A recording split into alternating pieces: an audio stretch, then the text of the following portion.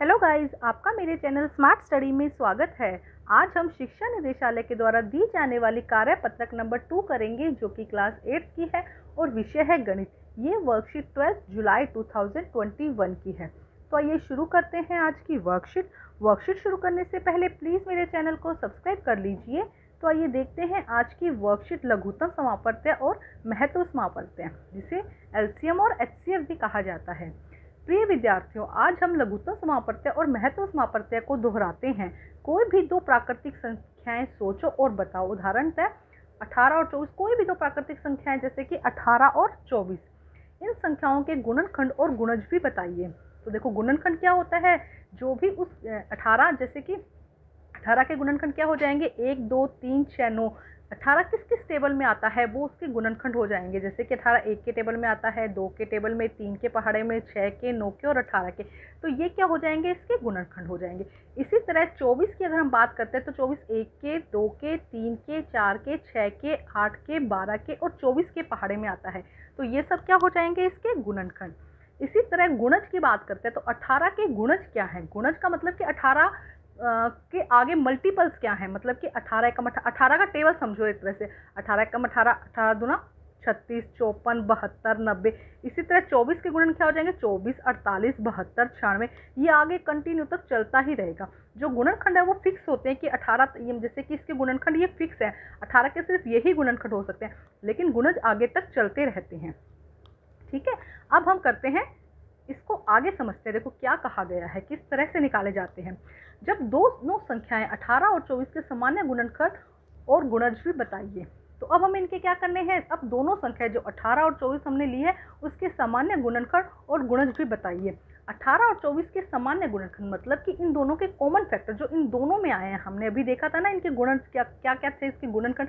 तो 1 के टेबल में 18 और 24 आता है, 2 के पहाड़े में भी 18 और 24 आता है, 3 के पहाड़े में भी और 6 के पहाड़े में। तो ये दोनों इसके कॉमन गुणनखंड है, कॉमन फैक्टर कहते हैं इनको हम ना। तो 18 और 24 का महत्व समापत्य कितना हो जाएगा, 6। सबसे हाईएस्ट कॉमन क्या है, देखो अगर हम यहाँ पे ध्यान से देखते हैं तो सबसे बड़ा हाईएस्ट कॉमन फैक्टर क्या हो जाएगा इसका, 6। देखो यहाँ पे देखो 6 क्या हो जाएगा, हाईएस्ट कॉमन फैक्टर हो जाएगा। हमने सबसे बड़ा सामान्य गुणनखंड क्यों लिया और सबसे छोटा क्यों लिया। अब सबसे छोटा क्या हो जाएगा, सबसे छोटा यहाँ पर हो जाएगा 1। सबसे छोटा क्या हो जाएगा, 1 सबसे छोटा गुणनखंड हो जाएगा और 6 सबसे बड़ा गुणनखंड हो जाएगा, जो कि सामान्य है, दोनों के बीच में कॉमन है। अब 18 और 24 के सामान्य गुणज क्या है। सामान्य गुणज मतलब दोनों में जो कॉमन गुणन हो। तो देखो दोनों में क्या हो सकते हैं कॉमन गुणनखंड। ये देखो 72 दोनों पहाड़ों में आ रहा है, 144 दोनों में आ रहा है और 216 दोनों में आ रहा है। लेकिन अगर इसे हम आगे तक करेंगे तो ये और भी आगे तक हो सकता है, ये फिक्स नहीं है। 18 और 24 का लघुत्तम समापत्य 72 है। अब ये क्या लघुत्तम समापत्य में क्या निकालता है, जो गुणनखंड है, जो गुणज है वो सबसे छोटा हो। हमने सबसे छोटा सामान्य गुणज क्यों लिया, सबसे बड़ा क्यों नहीं लिया। देखो यहाँ पे कुछ क्वेश्चंस है जिन्हें हम सोल्व करेंगे, ध्यान से समझेंगे। देखो क्वेश्चन को क्या कहता है, महत्व थोड़ा सा कंफ्यूजिंग लग रहा है, लेकिन जब क्वेश्चन सोल्व करोगे तो ईजी हो जाएगा। महत्व समापत्य और लघुत्तम समापत्य के लिए कुछ अन्य विधियां भी हैं। उनमें से एक अभाज्य गुणनखंड है, जो कि बहुत आसान है। अभाज्य गुणनखंड जिसके अनुसार सबसे पहले हम एक पद को अभाज्य गुणनखंड के रूप में लिखते हैं। जैसे कि देखो ध्यान से समझो, हम इसको समझते हैं। 18 लिया हमने, इसके हमें क्या करना है, अभाज्य गुणनखंड करना है। तो 18 को छोटा सा छोटा टेबल कौन सा है जिसमें वो आता है, 2 के टेबल में आता है। 2 के टेबल को अब 18 को 2 से डिवाइड करो, कितना हो जाएगा, 2 निम 18। तो अब देखो, अब 3 को छोटे से छोटा पहाड़ा कौन सा जिसके अंदर वो आता है, 3 में। अब 3 3 9 भाग किया ना हमने। अब 3 और कौन से पहाड़े में आता है, तो 1 के पहाड़े में आता है। 1 का हमें लिखना नहीं है तो हम लिखेंगे 3। लास्ट में हमारा यहाँ पर 1 हो जाना चाहिए। तो ये जो आए हैं 2 3 3, ये हमारे अभाज्य गुणनखंड है। ठीक है, इसी तरह 24 को देखो, 24 को जो 2 से गुना किया, 2 से भाग किया तो कितना आया, 12। 12 को फिर 2 से भाग किया तो कितना आया, 6। 6 को फिर 2 से भाग किया तो कितना आया, 3। और 3 को 3 से भाग किया तो आंसर आया 1। तो ये हमारे क्या निकल गए, 1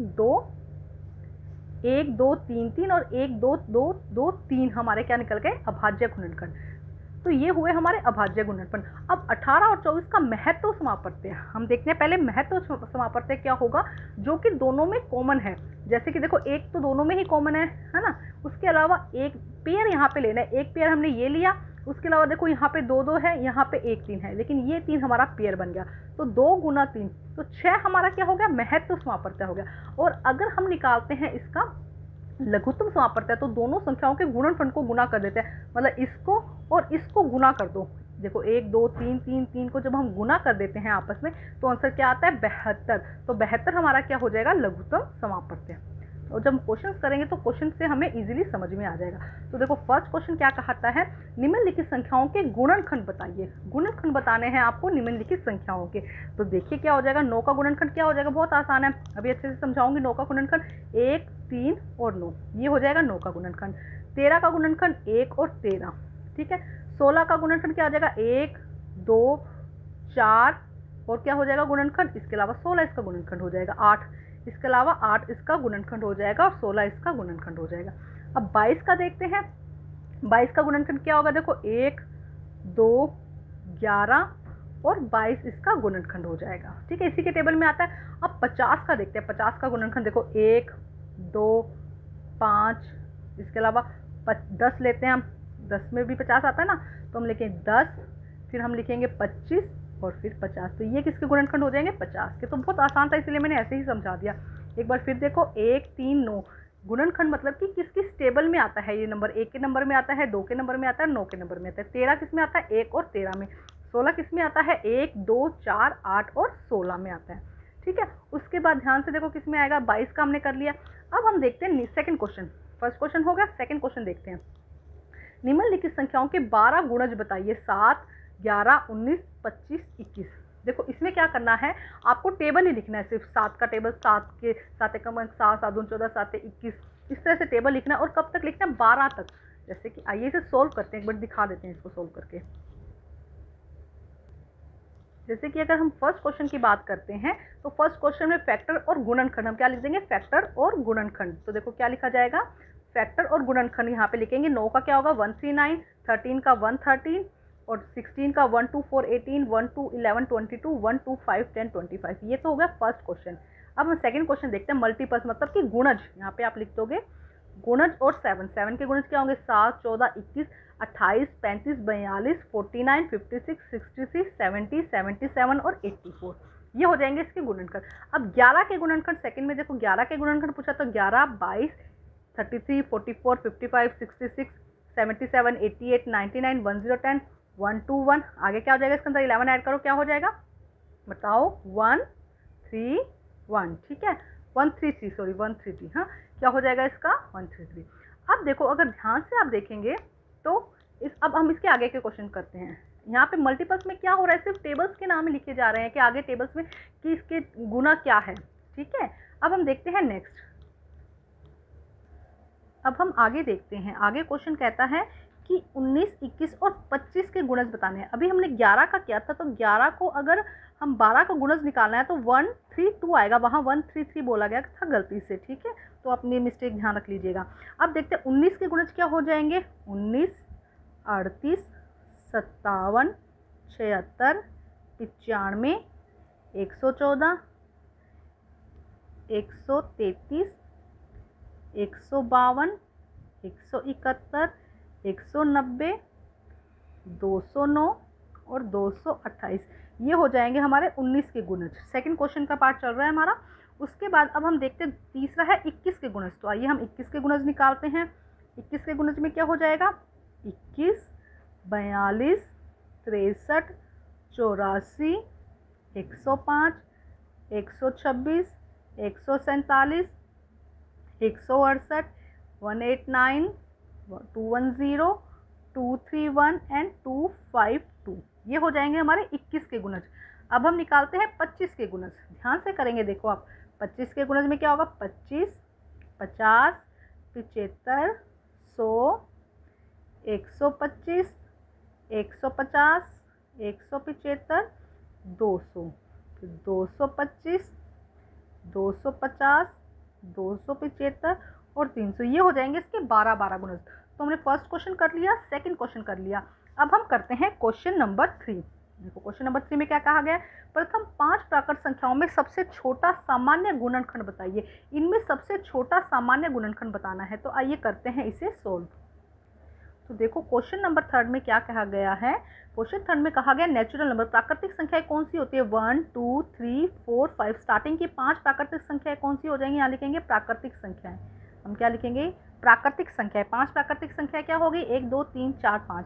अब इन पांचों का कॉमन फैक्टर क्या है, देखो कॉमन फैक्टर क्या हो जाएगा, 1 किसके टेबल में आता है, 1 के टेबल में आता है, 2 किसके टेबल में आता है, 1 और 2 के टेबल में आता है, 3 किसके टेबल में आता है, 1 और 3 के टेबल में आता है, 4 किसके टेबल में आता है, यहाँ से हटा के देखो, यहाँ से लिखते हैं, 1 किसके टेबल में आता है, सिर्फ 1 के टेबल में, 2 किसके टेबल में आता है, 1 और 2 के टेबल में, 3 किसके टेबल में आता है, 1 और 3 के, 4 किसके टेबल में आता है, 1 2 और 4 के टेबल में आता है।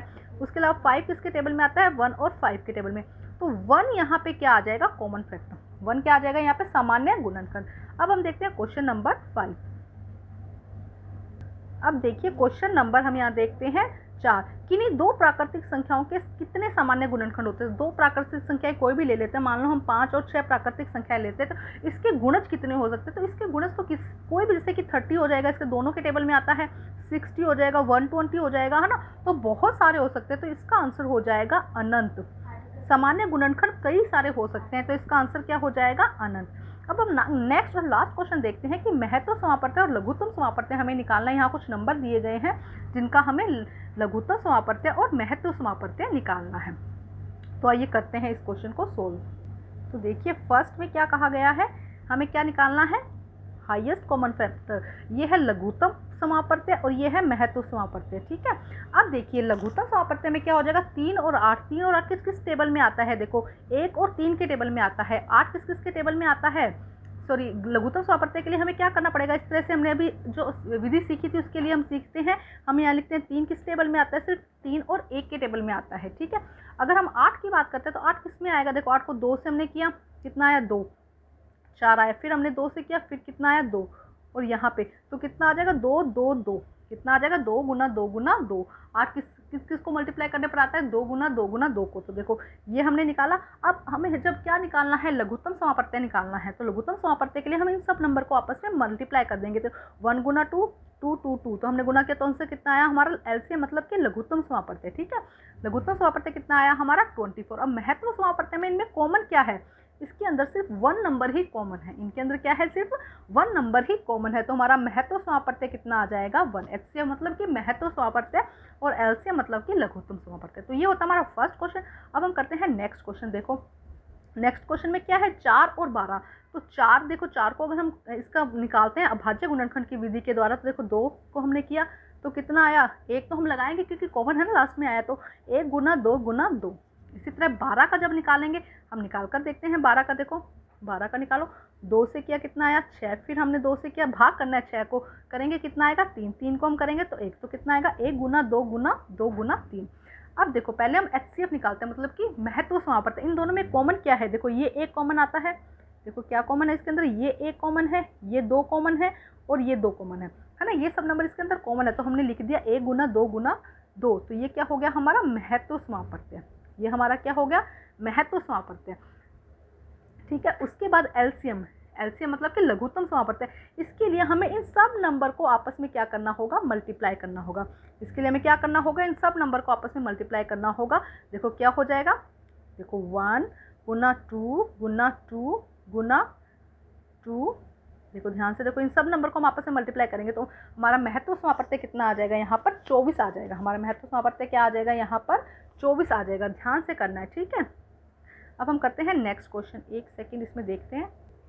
अब हम करते हैं हमारा क्वेश्चन नंबर 3। क्वेश्चन नंबर 3 में क्या है, 15 और 25। पहले तो हम 15 के गुणनखंड निकालते, क्या आएगा, देखो 2 के टेबल में नहीं आता, 3 के टेबल में आएगा 5 और 1, तो क्या हो जाएगा 135 हमारा क्या आ जाएगा, इसके गुणनखंड आ जाएंगे। अब 25 का निकालते हैं, 25 किस टेबल में आता है, देखो 5 के टेबल में आता है, तो 5 5 25, तो कितना इसके गुणनखंड हो जाएंगे 1 गुना 5 गुना 5। ध्यान से करो, 1 गुना 5 गुना 5 इसके गुणनखंड हो जाएंगे। अब एचसीएफ निकालते हैं, एचसीएफ महत्व समापत्य निकालते हैं। तो कॉमन नंबर क्या है इसके अंदर, सिर्फ 5 ही है कॉमन नंबर, 1 और 5। 1 और 5 क्या है इसके अंदर कॉमन नंबर है, तो एचसीएफ क्या हो जाएगा, हाईएस्ट कॉमन फैक्टर क्या हो जाएगा हमारा 5। अब इसकी बात करते हैं एलसीएम की, मतलब कि हम निकालते हैं लीस्ट कॉमन फैक्टर या लघुत्तम समापत्य। तो जितने भी नंबर है उनको आपस में मल्टीप्लाई कर देंगे। देखो 1 3 जो कॉमन है उनको छोड़ देंगे, जैसे कि इसमें 5 5 कॉमन बन रहा है ना, इस पेयर को हम एक ही बार काउंट करेंगे। तो 1535 क्या हो गया हमारा 1535। जब पेयरिंग में हो जाता है, ये एक पेयर बन गया, तो उसको एक ही बार काउंट करेंगे हम। जो पेयर में नहीं है उनको हम पूरा काउंट करेंगे। 1 को काउंट किया, 1 भी 2 बार है तो हमने एक बार लिख दिया, 3 5 और 5, तो हमारा आंसर कितना आ जाएगा 75।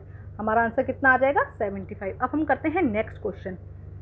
देखो नेक्स्ट क्वेश्चन में क्या कहा गया है, 14 और 79। नेक्स्ट क्वेश्चन क्या है, 14 और 79।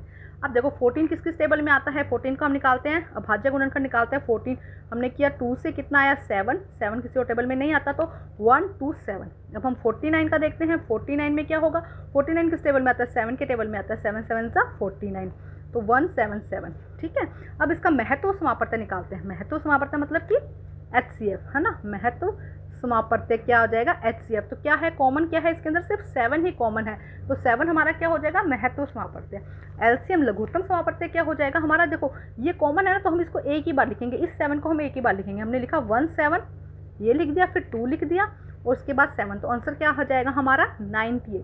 हमारा आंसर क्या हो जाएगा 98। अब हम करते हैं लास्ट क्वेश्चन। लास्ट क्वेश्चन में देखेंगे हम क्या कहा गया है। देखो 13 और 17 हमें क्या निकालना है, 13 और 17 का लघुत्तम समापत्ति और महत्व समापत्ति। तो देखो लघुत्तम समापत्ति क्या हो जाएगा, 13 का क्या हो जाएगा, 13 और 17 का लघुत्तम समापत्ति क्या हो जाएगा, 13 और 17 का 1, क्योंकि देखो इन दोनों में कुछ भी कॉमन नहीं है। महत्व समापत्ति इसका आप खुद निकालने की कोशिश करेंगे कि इतने क्वेश्चंस करवाए हैं। आपको करना क्या है, देखो आपको क्या करना है, 13 यहाँ पे क्या करना है आपको, 13 से क्या होगा 1 हो जाएगा। ठीक है, एक सेकेंड, और उसके बाद 17 का क्या हो जाएगा, 17 से ही आएगा और किसी टेबल में आता ही नहीं, तो 13 और 17 को जब गुना करेंगे तो इसका महत्व समापत्ति आ जाएगा। ठीक है, तो आइए देखते हैं इसको एक बार। तो इसका महत्व समापत्ति क्या हो जाएगा 2 2 1। इसका महत्व 13 को 17 से गुना करेंगे तो महत्व समापत्ति क्या आ जाएगा 2 2 1। इसका महत्व समापत्ति आ जाएगा।